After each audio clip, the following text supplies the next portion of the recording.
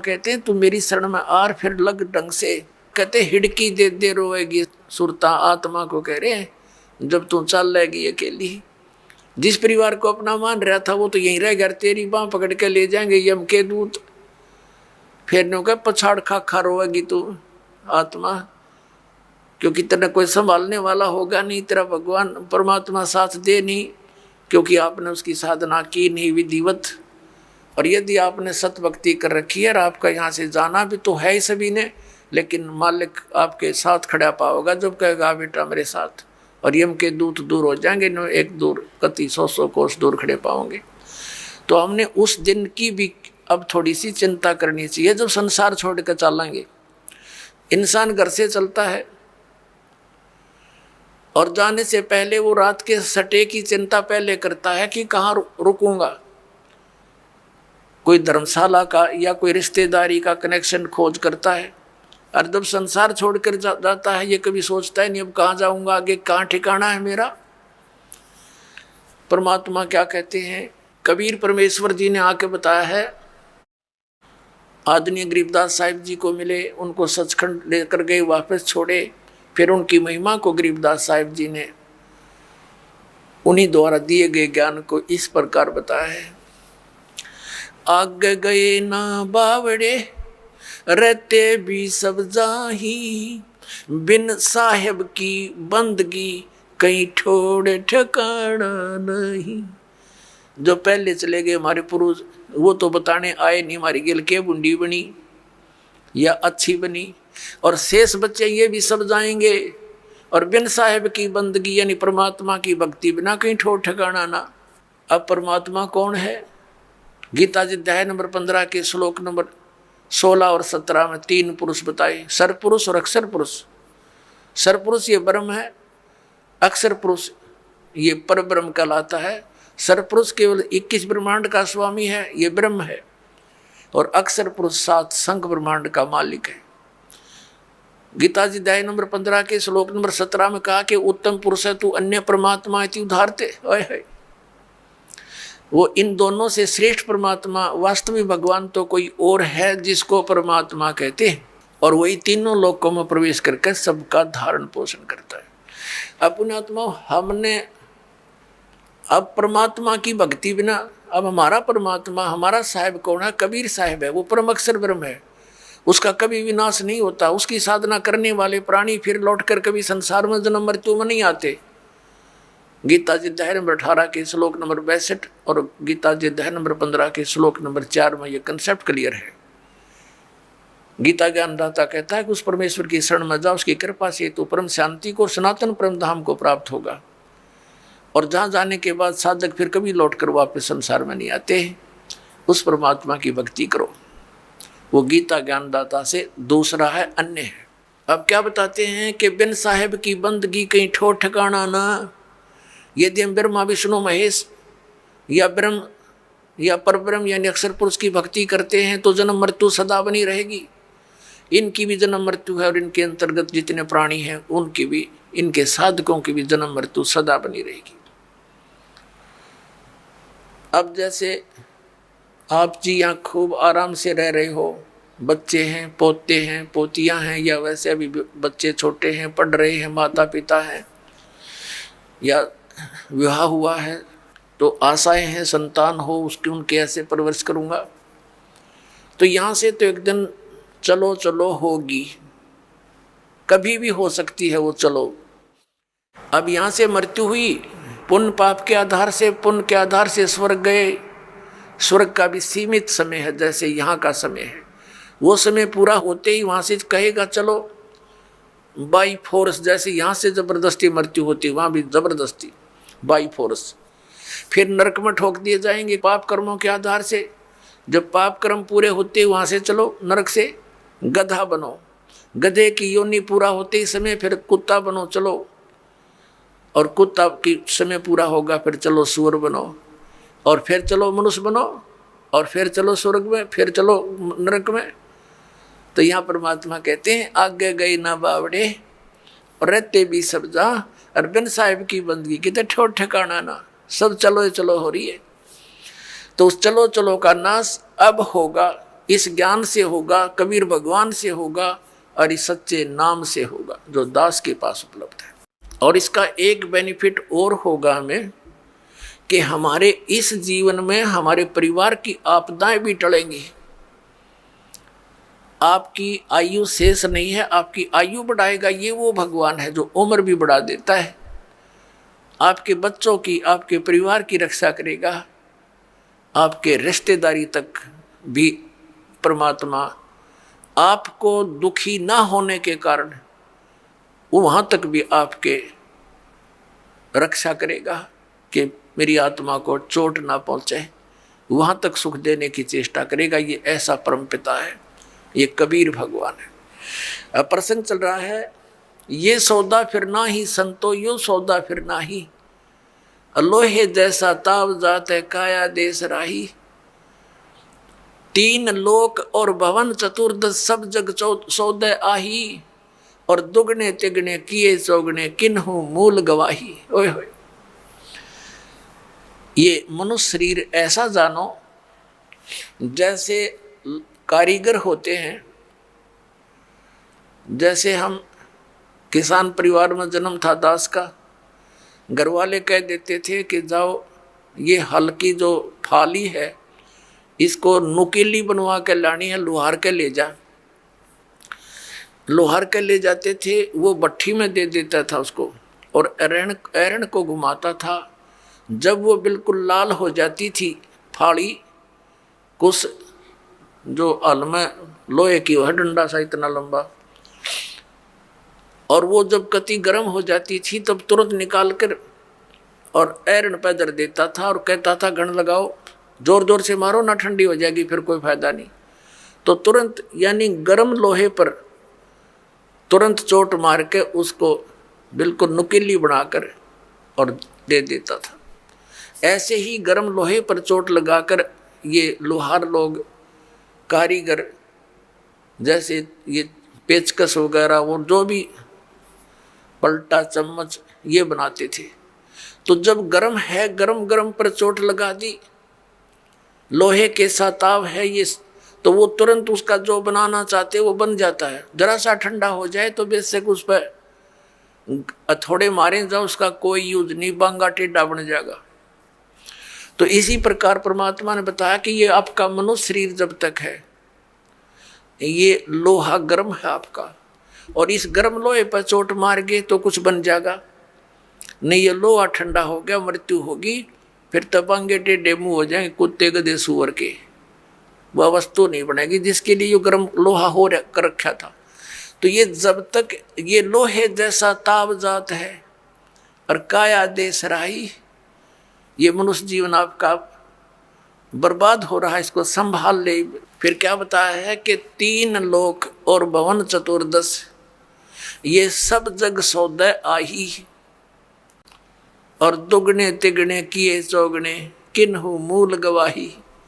पुण्यात्माओं, जैसे कोई बिजनेसमैन 10-5 लाख रुपए लेकर के दूसरे शहर में जाता है, वो उस मूल धन है उसका वो 5 लाख रुपए, वहाँ जाकर किसी धर्मशाला में या होटल में कोई कमरा किराए पर लेता है। उसने वहाँ जाकर के उस मूल धन को दुगना तिगना चौगुना बनाने के लिए बिजनेस करना चाहिए, जो उद्देश्य लेकर वो गया है। तो जो उससे वो लाभ उठाता है, सौदा करता है, बेचता है, करता है, तो दुगने तिगने बना रहा है। और यदि कोई उस मूल धन को, उस मूल धन से ही गुटी लगा रहा, शराब पीता है, किराए होटल का किराया भी दे रहा है, गुटी लावर खावे, अच्छा मालस हो जावे, तो वो अपने मूल का नाश कर रहा है, मूल धन को बर्बाद कर रहा है। तो जो उद्देश्य लेकर गया था 5 लाख रुपए के, उसने 15 लाख बना लिए, तो वो हो गया सफल। और जिसने मूल धन का भी नाश कर दिया वो हो गया असफल, और वो बन गया कर्जवान और मजदूर। जैसे किसी से कर्ज लेकर जाते थे पहले पुराने समय में, वो क्या करते थे, कोई गरीब व्यक्ति उसका कर्ज वापस नहीं दे सकता था ऋण, तो उसको मजदूर लगा लिया करते थे कि मेरी मजदूरी कर, पूरे कर। तो परमात्मा कहते हैं ये मनुष्य जीवन आपको श्वास की पूंजी मूल धन मिला हुआ है। इस मूलधन से आपने दोगुने तिगुने चौगुने करने चाहिए थे। और जिसको सत्संग सुनने को नहीं मिला, उन्होंने अपने मूल का नाश कर लिया। परमात्मा कहते हैं कि दुगने तिगने किए चौगने किन्हु मूल गवाही, यो सौदा फिर नाही संतो, यो सौदा फिर नाही। अब दुगने तिगने कौन कर रहा है और मूलधन का नाश कौन कर रहा है? दुगने तिगने वो कर रहे हैं प्राणी जो सत्संग को समझकर परमात्मा का उपदेश ले लेते हैं, भक्ति करते हैं, दान करते हैं, सेवा करते हैं, परमात्मा की भक्ति करते हैं। वो अपने इस मनुष्य जीवन की पूंजी को दुगना तिगना चौगुना बना रहे हैं, वो साहूकार हो रहे हैं। और जो इस मनुष्य जीवन के अंदर अपना केवल अपने निर्वाह तक सीमित हैं, घुटी लाई सो गए, सिनेमा देखा, ताश खेले हैं और बकवादा में बड़े रहे, सिनेमा देखा, तो वो अपने मूल धन का नाश कर रहे हैं। उसके बाद फिर परमात्मा क्या बताते हैं? जो भक्ति नहीं करते क्या बताते हैं कि ये दम टूटे पिंडा फूटे, हो लेखा दरगाह माही, और उस दरगाह में मार पड़ेगी, तेरे यम पकड़ेंगे बाही, यम के दूत तेरी बाजू पकड़ के ले जाएंगे यहाँ से। और जादन की वो डरनी लागे लज्जा रे अकनाही। फिर क्या बताते हैं परमात्मा कि जा सतगुरु की मैं बलिहारी, जो जामन मरण मिटाही। अब गरीबदास साहिब जी कहते हैं कि उस सतगुरु के ऊपर मैं बलिहारी जाऊं जो जन्म और मरण के इस महान कष्ट से छुटकारा दिलवा दे। तो पुण्यात्मा, जन्म और मरण के रोग से छुटकारा कौन दिला सकता है? कबीर परमात्मा। और कबीर परमात्मा का रिप्रेजेंटेटिव यानी उसका कृपा पात्र, उसकी भक्ति साधना बताने वाला संत जो साधना देगा, उस साधना उस भक्ति के कारण वो परम पिता परमात्मा कबीर साहिब आपकी जन्म और मृत्यु का ये नाश कर देगा। ना तो विष्णु जी की साधना से हमारा जन्म मृत्यु नाश हो सकता, जन्म मरण, क्योंकि ये स्वयं नाशवान है। ना शंकर भगवान की भक्ति से, ना दुर्गा की भक्ति से, ना ब्रह्म की भक्ति से। गीता ज्ञानदाता ये ब्रह्म है, श्री कृष्ण में प्रवेश करके बोलता है। ये खुद कहता है दूसरे अध्याय के 12वें श्लोक में, चौथे अध्याय के 5 और 9 श्लोक में गीता जी में, अध्याय नंबर 10 के श्लोक नंबर 2 में गीता जी। ये गीता ज्ञानदाता कहता, अर्जुन तेरे और मेरे बहुत जन्म हो चुके, तू नहीं जानता मैं जानता हूँ। तो इसकी भक्ति करने वाला जन्म मरण से कैसे छूट सकता है? ये खुद जन्म मरण में गीता जी अध्याय नंबर 15 के श्लोक नंबर 16 और 17 में स्पष्ट किया है कि 2 पुरुष हैं, सर पुरुष और अक्षर पुरुष। अक्षर पुरुष ये 7 संघ ब्रह्मांड का स्वामी है, और परम अक्षर पुरुष जो 17वें श्लोक में कहा 15वें अध्याय के कि उत्तम पुरुष है तो अन्य, और 8वें अध्याय के 3रे श्लोक में कहा कि वो परम अक्षर ब्रह्म है, गीता ज्ञानदाता कहता है। तो उसकी भक्ति से जन्म और मरण का रोग नाश होगा। वो असंख्य ब्रह्मांड का स्वामी है, सबका मालिक है।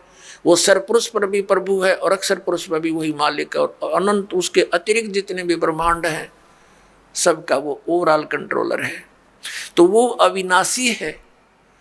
तो अविनाशी की भक्ति करने से ये अविनाशी हो सकते हैं, क्योंकि उसके लोक में जाएंगे, जिसकी भक्ति करेंगे उसी को प्राप्त होंगे। तो वहां जाकर के जन्म मरण मिटेगा। तो उस जन्म मरण किससे मिटेगा? जो उस परमात्मा कबीर साहब का रिप्रेजेंटेटिव होगा, उसका संत होगा, उसके द्वारा भेजा हुआ। जैसे विष्णु जी के कोई उपासक संत से भक्ति लेता है गुरु से, तो वो तो वहीं की टिकट बना होगा विष्णु के लोकताएं की। और जो ब्रह्म की साधना करने वाला कोई गुरु है ब्रह्म, तो वो उससे कोई नाम लेगा तो ब्रह्म तक की ही टिकट बना होगा वो। अरियुदास बना होगा सतलोक की सिद्धि, बेड़ा पार हो जाएगा।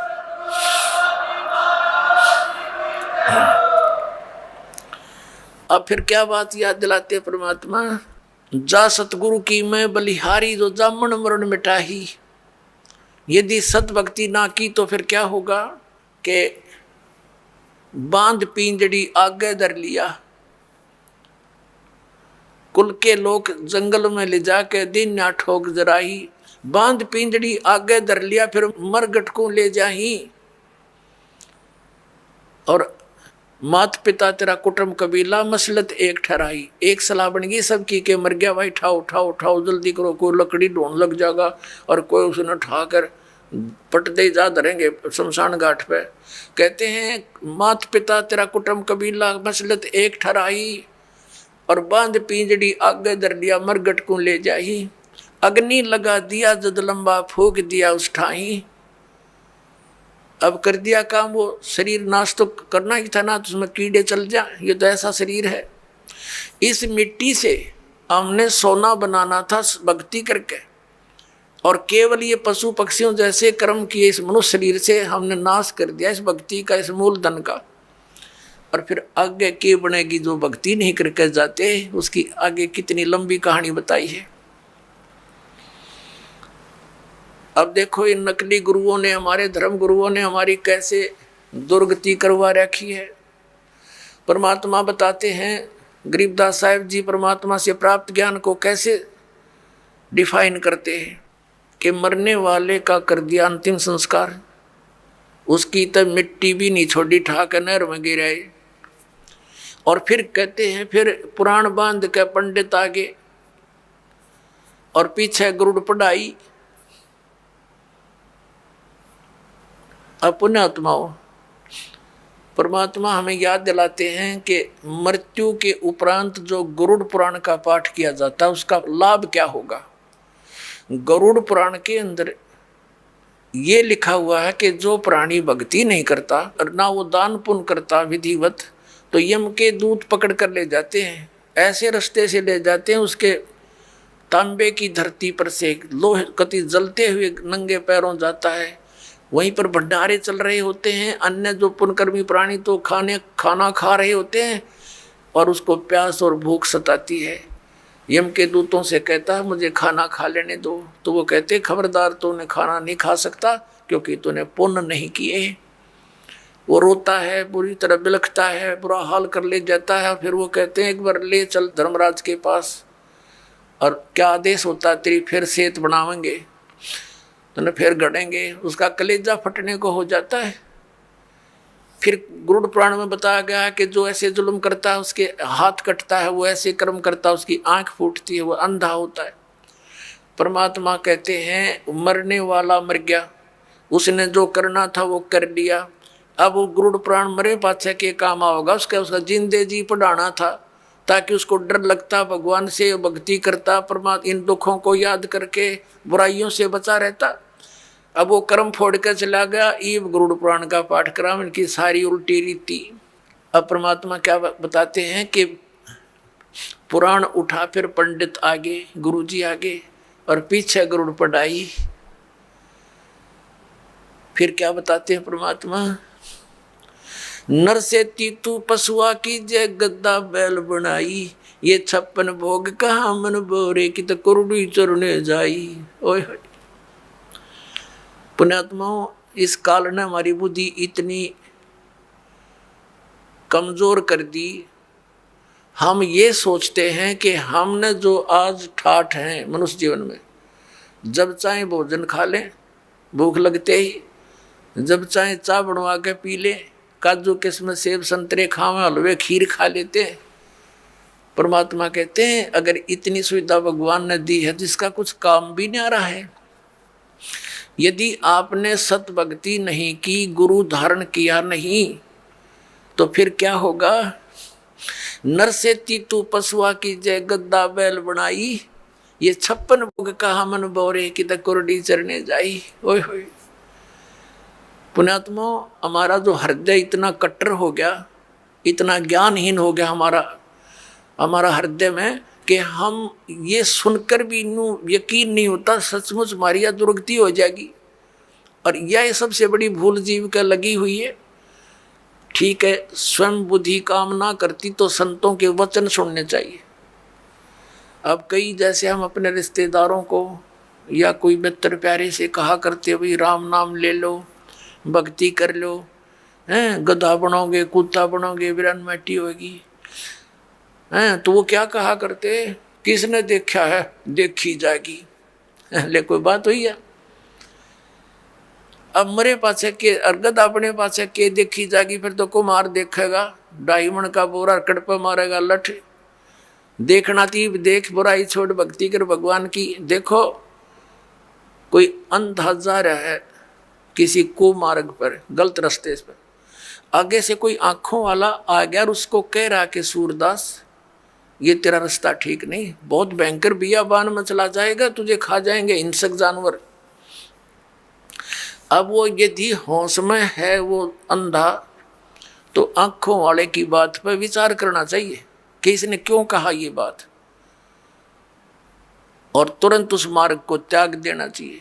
और जब उस अंधे ने पी रखी है भांग, तो वो ये कह सकता है कि देखी जाएगी, किसने देखा है। अरे आंखों वाला बता रहा है कि उसने देखा, तभी तो वो तुझे सतर्क कर रहा है, और तेरा दुश्मन थोड़ा ही है। अंधे ने दिखा नहीं, आँखें वाले की माना नहीं, तो मर कुएं में पड़ गए। तो ये संत महात्मा जिन्होंने भगवान को देखा और वहाँ का सब विधान से परिचित होकर आए, हमें ज्ञान दिया कि ये दो क्रियाएं तुम कर रहे हो, ये तुम गलत रास्ते जा रहे हो, इनको त्याग दो। अब ये संत महात्मा जो थे ये आँखों वाले थे, ये तत्व ज्ञान युक्त आँखें रखते थे, और हम अंधे हैं, तत्व ज्ञानहीन प्राणी हैं, और हम आँखों वालों की नहीं मानेंगे। हमने दिखता ना, और जिन्होंने दिखा उन्होंने बताया, उनकी हम मानते ना, तो फिर वह बनेगी जो उस अंधे गेल बननी थी पड़बाड़ में। तो क्या बताते हैं, सुखदेव ने 84 भुगती बना पजावे खरवो, तेरी क्या बुनियाद प्राणी तू पेंडा पंथ पकड़वो हो। परमात्मा के ज्ञान से हमें पता चलता है कि एक सुखदेव नाम के ऋषि थे, और वो अपनी सिद्धि के कारण आकाश में उड़ जाते थे, लेकिन गुरु धारण नहीं कर रखा था, ना सत भक्ति कर रहे थे। पिछले जन्म के पुण्य कर्मों से, भक्ति शक्ति से उसकी बैटरी चार्ज थी, हवा में उड़ जाने की सिद्धि भी थी। एक दिन साधु संत महात्माओं की गोष्ठी हो रही थी, और उसको बताया गया, वो स्वयं भी भगवान विष्णु के लोक में गए थे। विष्णु जी ने उनको रिजेक्ट कर दिया था कि आप निगुरे हो, आपका गुरु नहीं है, वापस जाइए, गुरु बनाइए फिर आइए।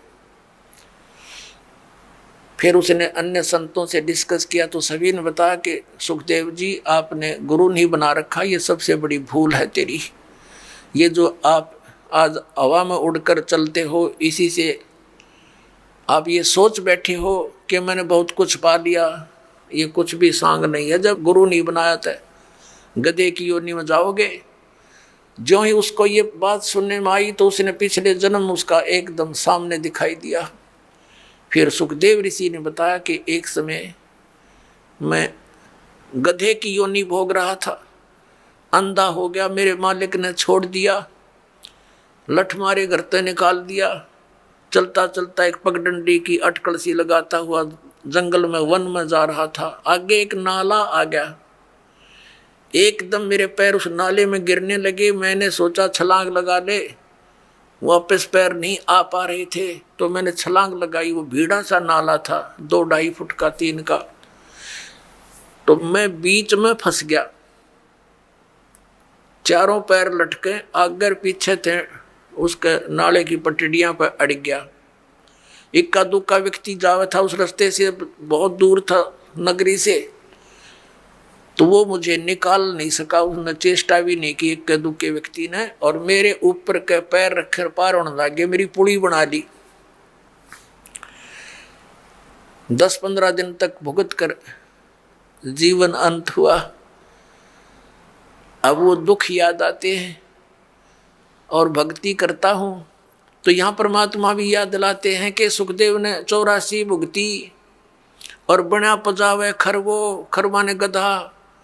पजावे होते हैं ऊंचे ऊंचे, ये कुम्हार लोग बनाते थे पहले, पुजावा उसके ऊपर ईंटें बनाते जाते, ऊपर बाहर मिट्टी उस राख को दूर नहीं डाल सकते क्योंकि और स्थान नहीं था, उसी के ऊपर बनाते रहे तो बहुत ऊंचा हो जाता है।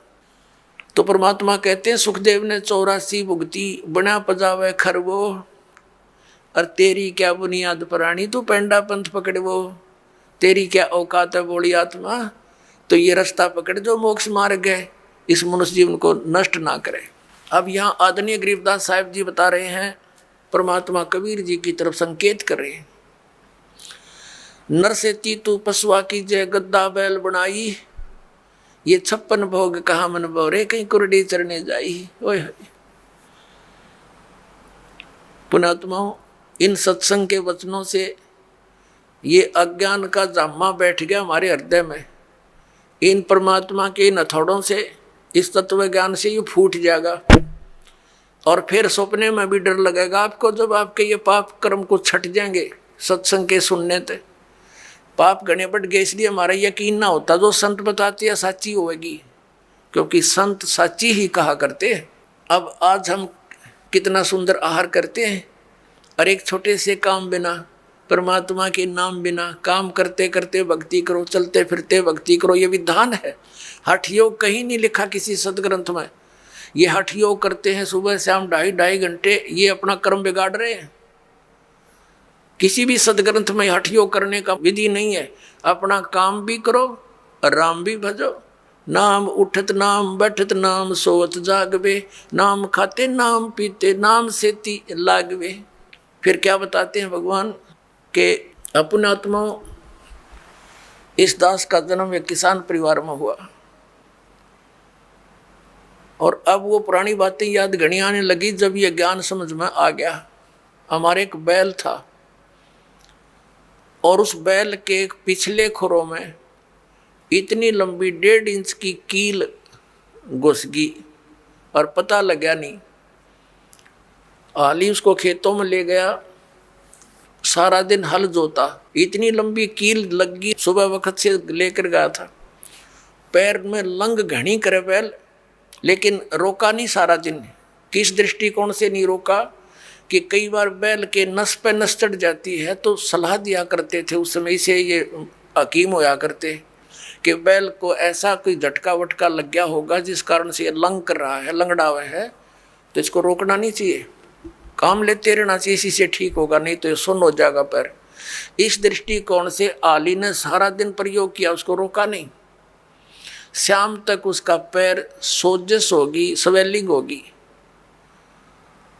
और घर पे आ गया जैसे तैसे 3 टांगों को रखता हुआ, और आते ही बैठ गया, ना कुछ चारा चरा ना खाया पिया, कुछ भी नहीं, और उठा नहीं। सुबह उठाने लगे तो मुंह खोल लिया और गिर गया बुरी तरह, पैर सूज गया। ऐसे हकीम होया करते उस समय। कोई बुलाया, उसने देखा वो इसकी सोजस आ गई, ऊपर घुटनों तक, गोड्डे तक सूज गया पैर, सोजस होगी। तो उसने बताया कि इसके गोड्डे में बा आ गया, घुटने में बैल के कील लाग रही खुरों में, ट्रीटमेंट घुटने पर होना शुरू हो गया। मालिश करें, उसका पट्टी बांध दी। अब पहले तो वो अपलातून पाक रहा होगा, जब मनुष्य था उसने सोची भी ना होगी अब बिजली गिरेगी तेरे ऊपर। अब बोल कर बता नहीं सकता कहाँ दर्द है, क्या पीड़ा है। 1 महीने तक भुगता रहा, खावे पीवे कुछ नहीं, आंखों से पानी गिरे। 1 महीने के बाद फिर वो अपने आप पक के फूट गया रिस, उसमें से वो मवाद निकलना शुरू हुआ। जब ध्यान गया, अरे तेरे की ये तो यहाँ कोई डिफेक्ट है। फिर दिखा किसी को, उसने साफ सूफ करके एक चिमटी सी तो देखो कील निकाली इतनी लंबी, तब राहत मिली उस प्राणी को। अब परमात्मा याद दिलाते हैं, कबीर जिव्या तो वाए बली जो रटे हरि नाम, नहीं तो काट के फेंक दियो ये मुख में भलो ना चामे। परमात्मा कहते हैं जीव तो वाए बली, जो भगवान का नाम सिमरण जाप करे, उसका गुणगान करे, नहीं तो इस चाम की कोई आवश्यकता नहीं, इस मुंह में इसने काट के फेंक दो इससे अच्छा। तो पुणात्मा सत साधना ना करने तो यह जुबान छीन ली जाएगी हमारी, हम बोल के बता नहीं सकते। अब वो बातें दास का याद आने लगी जब परमात्मा का युग ज्ञान समझ में आया। ये आंखें खुल गई, रात की नींद गई, दिन की चैन समाप्त हो गया था। जब तक ये साधना नहीं मिली, और मिलने के बाद फिर सिरदर्द की बाजी ला दी। समझा है तो सिर दर पाओ, बहुर नहीं रहे सादा। परमात्मा ने कहा है कि ये संसार समझदा ना ही, कहंदा श्याम दोपहरे नू, और गरीबदास ये वक्त जाता रोगे इस पैरे नू। इस समय ने याद करके रोया करोगे।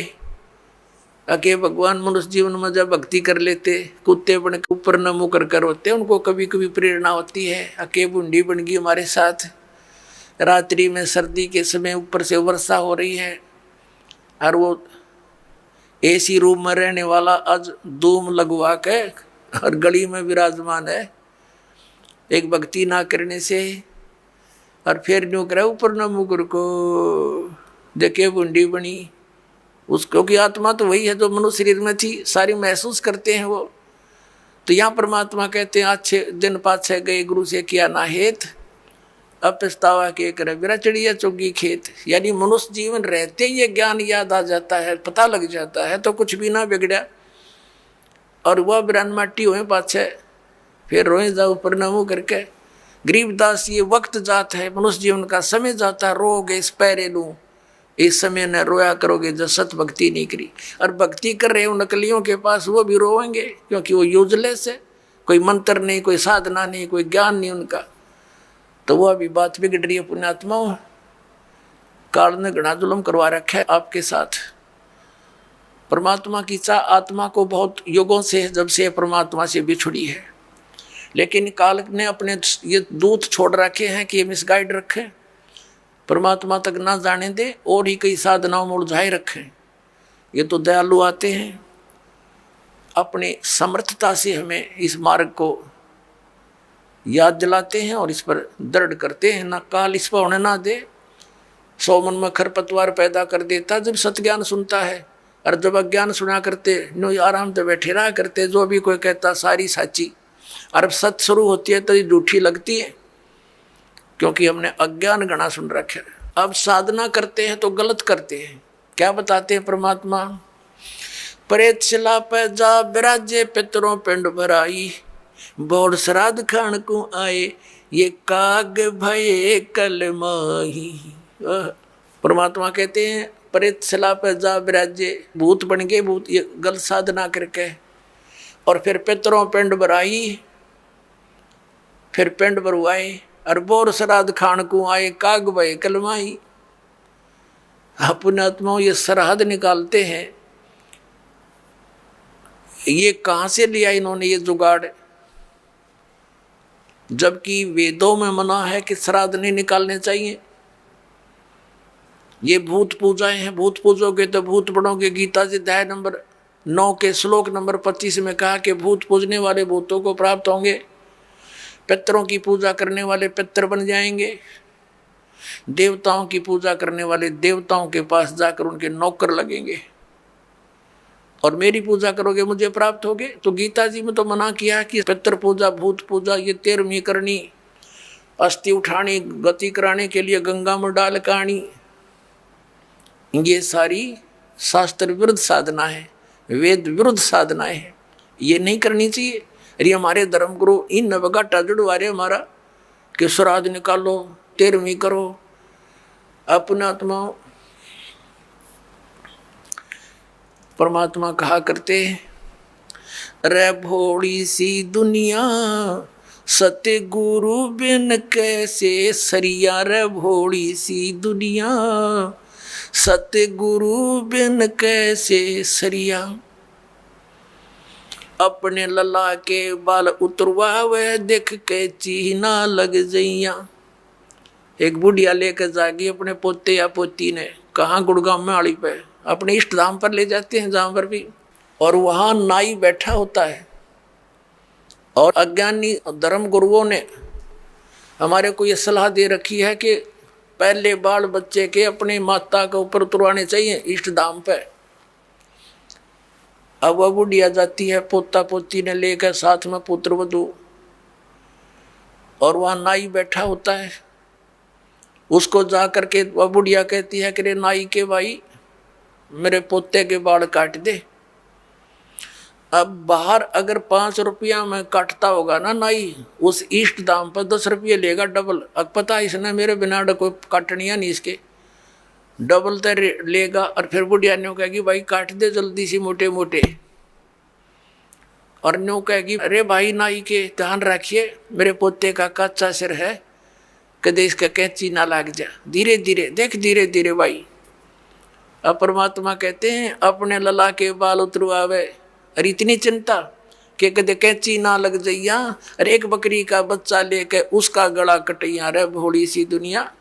वो भी तो किसी का बच्चा था जो तो बलि चढ़ाने जा रही है, और अपने बच्चे का इतना दर्द कैंची भी ना छू जा। परमात्मा कहा करते जैसा दर्द अपना हो ऐसा जान बिराने। अब फिर वो बाल लेकर बुढ़िया क्या करेगी, उसमें मंदिर में चढ़ावेगी भगवान की मूर्ति पे। और वो बूढ़ा पुजारी बैठा होता है, वो उसी से में उठा के उनने और एक थैले में डाल देगा बोरी में। और जब वह बोरी भर जाएगी श्याम ने, उसने उठा के कुरडिया पे फेंका होगा, और कौन सा बैंक में जमा करा होगा उसने, उसने बाहर फेंकने उठा के ने। तो परमात्मा कहते तुम यही कटाओ और इन्हें यही फेंक दो, इसका कोई यूज नहीं, मूर्ख बना रखा तुम्हारे, धंधा खोल रहे हैं लोग। अपने लला के बाल उतरवावे देख कैंची ना लग जइया। एक बकरी का बच्चा लेके उसका गला कटैया रे भोड़ी सी दुनिया। सतगुरु बिन कैसे सरिया रे भोड़ी सी दुनिया। सतगुरु बिन कैसे सरिया। कच्चा पक्का भोजन बनावे फिर माता धोकने गैया। कच्चा पक्का भोजन बना के फिर माता धोकने गैया। उस माता ऊपर कुत्ता मुते, वो क्यों ना मर गईया रे भोड़ी सी दुनिया। गुरु बिन कैसे सरिया रे भोड़ी सी दुनिया। गुरु बिन कैसे सरिया। अब हमारी दादी जी माता दुखवाया करती हमारे थे, हमारी काकी ताइयों से माताओं से कहती ए पौधे मोटे मोटे गुड़ के हुए रोट। अब वो थोड़ी देर करती न धर दे न काची पाके, उन्हें पता था कुत्ता न खाने, और कुर्सी माता उड़ा जिम में गई। और वहाँ एक माता इतने 2-2.5 फुट की उसकी हाइट, उसके महल की वह मंडी बना रखी होती है, और एक चबूतरा सा। और वो बुढ़िया तो ऊपर चढ़ा कर वह तो डाल के उसका आगे परोठे पूड़े वापस नीचे उतरने से पहले 3-4 कुत्ते चढ़ जाएंगे उसके ऊपर। पहले तो उस बाता के उस भोजन ने खाएंगे, और चलते समय उसकी चोटी में धार मार खाएंगे। अब परमात्मा न्यू कहा करते कि जय वह माता जिसने तो धोकन गई उसे प्रोटेक्शन की, क्योंकि पूजा तो न्यू करा ना, कुछ बचाव करे हमारा। उसके आप शर में कुत्ते मुत्ते तो वह तेरा बचाव क्या करेगी बुढ़िया। अब परमात्मा क्या बताया करते, आप पे लिपे आप पे पोते और आप पे बनावे ओई, और उस पर बुढ़िया फिर पोते मांगे। देख अकल कहाँ से खोई।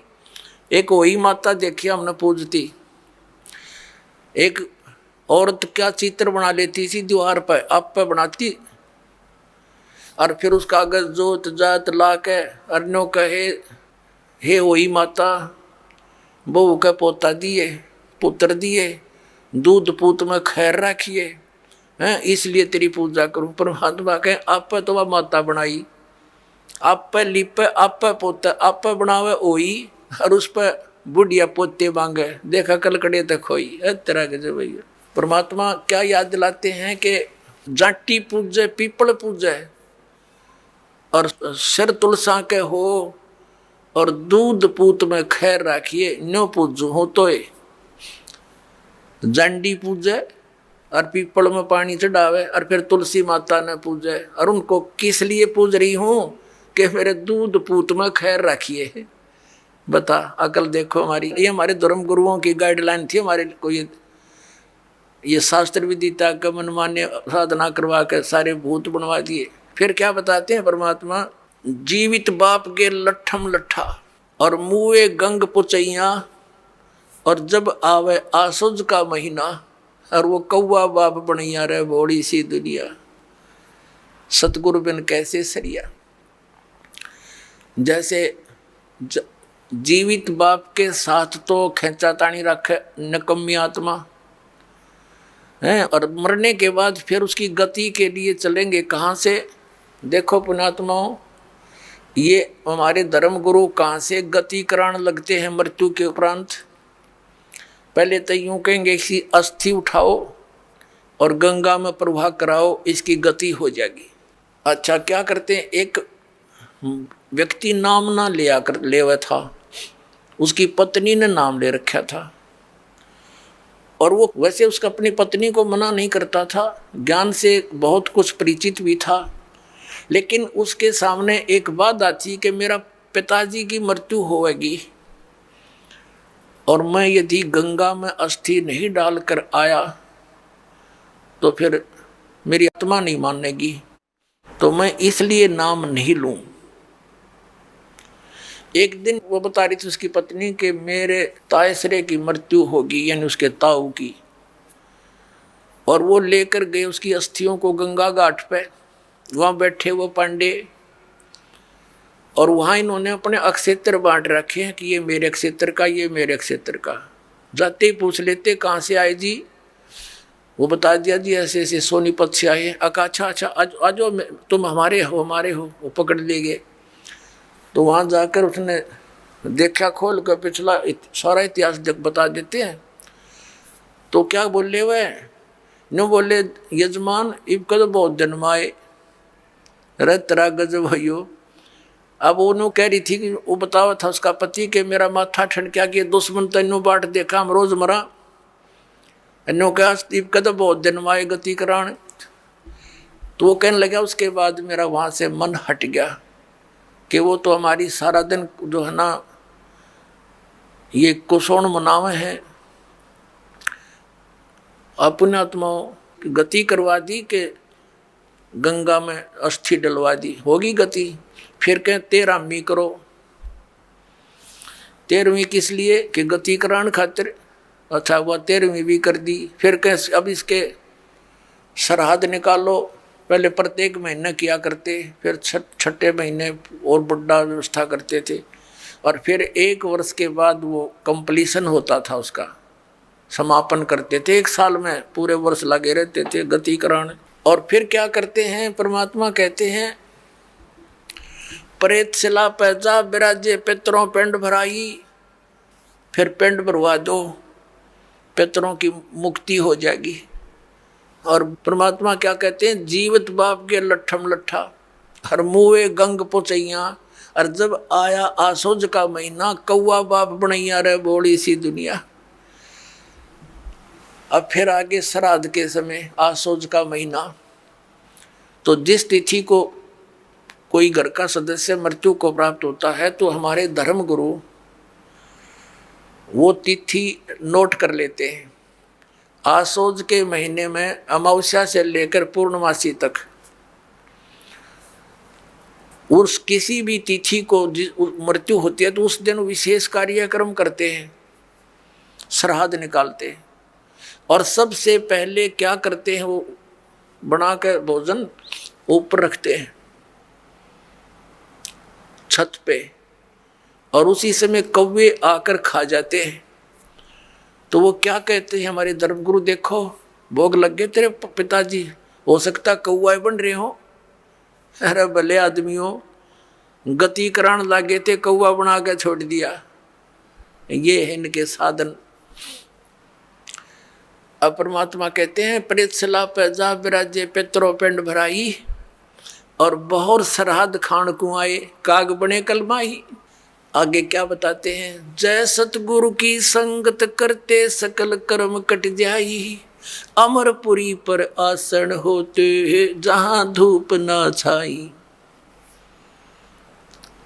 अब क्या बताते हैं, जय सतगुरु की संगत करते, सतगुरु मिल जाते तो ये सारे कर्मों तो पीछा छूट जाता, ना श्राद्ध निकालने, ना भूत बनना, ना कौवे और पशु की योनियों में जाना।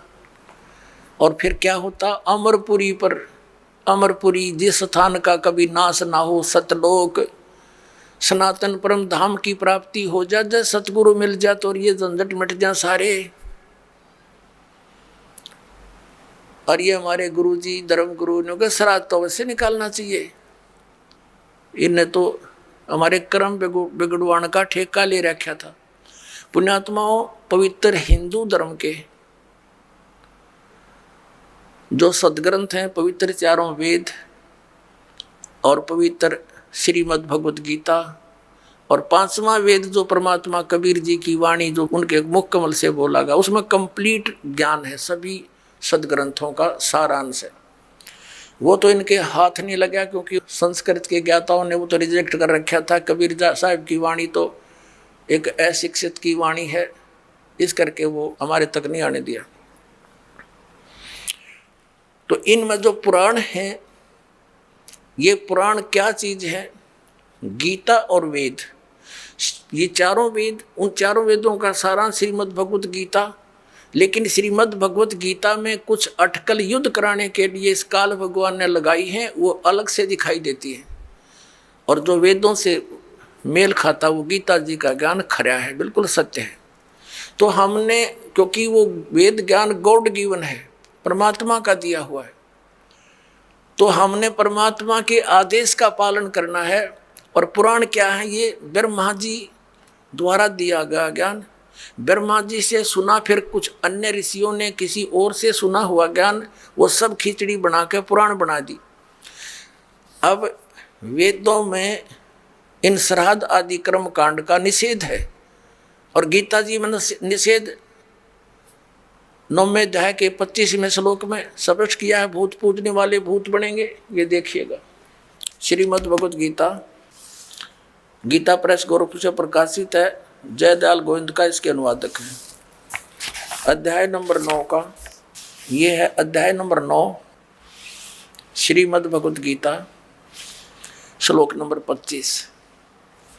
देवताओं को पूजने वाले देवताओं को प्राप्त होंगे, पितरों को पूजने वाले पितरों को प्राप्त होते हैं, और भूतों को पूजने वाले भूतों को प्राप्त होते हैं, और मेरा पूजन करने वाले मुझको ही प्राप्त होते हैं।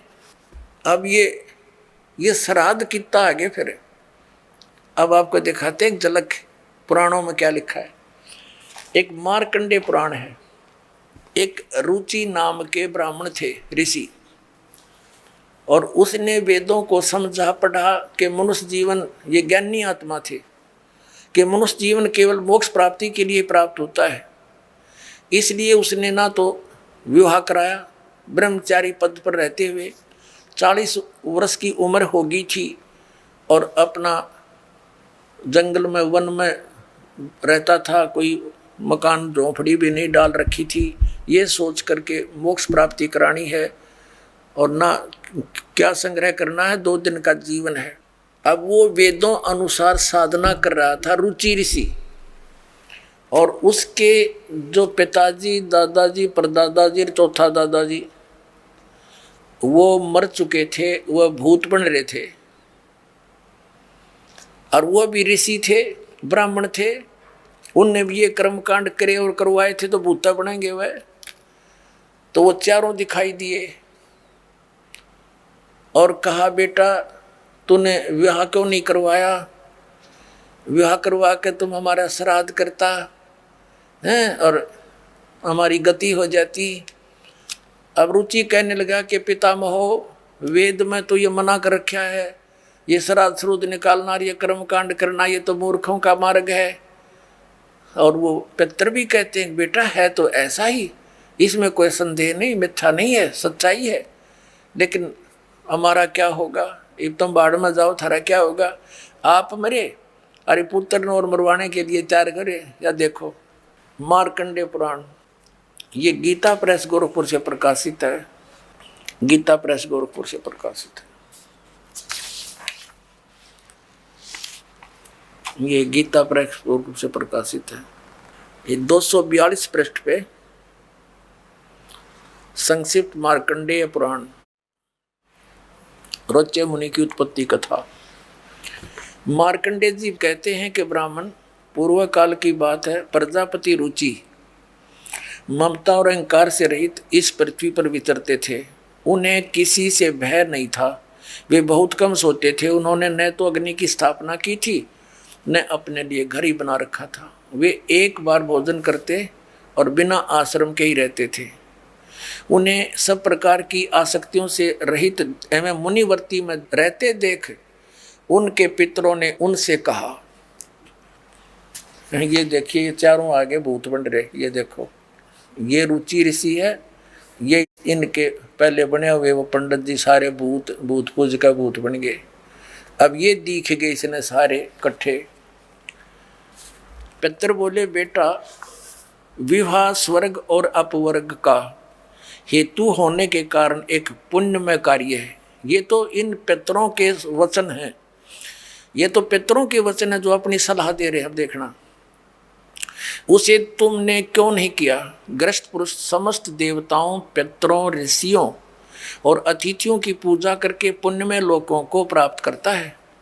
वह सभा के उच्चारण से देवताओं को शब्दा शब्द से पितरों को तथा अन्नदान बलि वैष्णदेव आदि से भूत आदि प्राणियों एवं अतिथियों को उनका भाग समर्पित करता है। बेटा हम ऐसा मानते हैं कि गृहस्थ आश्रम को स्वीकार न करने पर तुम्हें इस जीवन में कलेश पर कलेश उठाना पड़ेगा तथा मृत्यु के बाद और दूसरे जन्म में भी कलेश ही भोगना पड़ेगा। रुचि ने कहा, पितरगण, परिग्रह मात्र ही अत्यंत दुख एवं पाप का कारण होता है तथा उसे मनुष्य की अधोगति होती है, उससे मनुष्य की अधोगति होती है। यही सोचकर मैंने पहले से स्त्री संग्रह नहीं किया। अब यहाँ देखो, पितर बोले, बेटा जितेंद्रिय होकर आत्मा का प्रक्षालन करना उचित है, किंतु तुम जिस मार्ग पर चल रहे हो वह मोक्ष मार्ग है। बता, इसने तो घटिया मान रहे मोक्ष मार्ग ने कि तुम जो कर्म कर रहे हो जिस मार्ग पर चले तो मोक्ष मार्ग है। अरे हम बतावांगे पितृवृंद का मार्ग। देखिए, रुचि ने पूछा, पितामहो, वेद में कर्म मार्ग को अविद्या कहा गया है। जो तुम सलाह दे रहे हो वो कर्म कांड, श्राद्ध श्रूद्ध निकालना, पितृ पूजना, वो तो मूर्खों की विद्या अविद्या का है, मूर्खों का सलाह कही है। फिर क्यों आप लोग मुझे उस मार्ग में लगाते हैं? पितृ भी कहते हैं। पितृ बोले, यह सत्य है कि कर्म को अविद्या ही कहा गया है, इसमें तनिक भी मिथ्या नहीं। फिर थारा सिर बच गया, फिर क्या रह गया? बता भाई, ये हमारे पुराणों में लिखा है। अब इस बात को पितर भी मानते हैं कि आप जो साधना करें तो मोक्ष मार्ग है, और आप फिर उसको सलाह दे रहे हैं भूत पूज, श्राद्ध निकाल, ब्याह करवा, अरे यो नरक मार्ग है। और आप भी मानते हैं कि आप जो मार्ग अपना रहे हो तो मोक्ष मार्ग है। और रुचि कहता है वेद के अंदर तो इसको अविद्या मूर्खों की साधना बताइए, तो पितर भूत पूजना, श्राद्ध निकालना, और पितर स्वीकार भी कर रहे हैं, कहा ऐसा ही है, इसमें कोई मिथ्या नहीं। फिर ये बकवाद घट रखी, अगर मुगरुम ऐसा कर लो, पितर ऐसा कर देते हैं, पितर पुत्र दे देते हैं, टट्टू दे देते हैं, आपा भूखे मरे। बतावे हम मूर्ख बना रखा।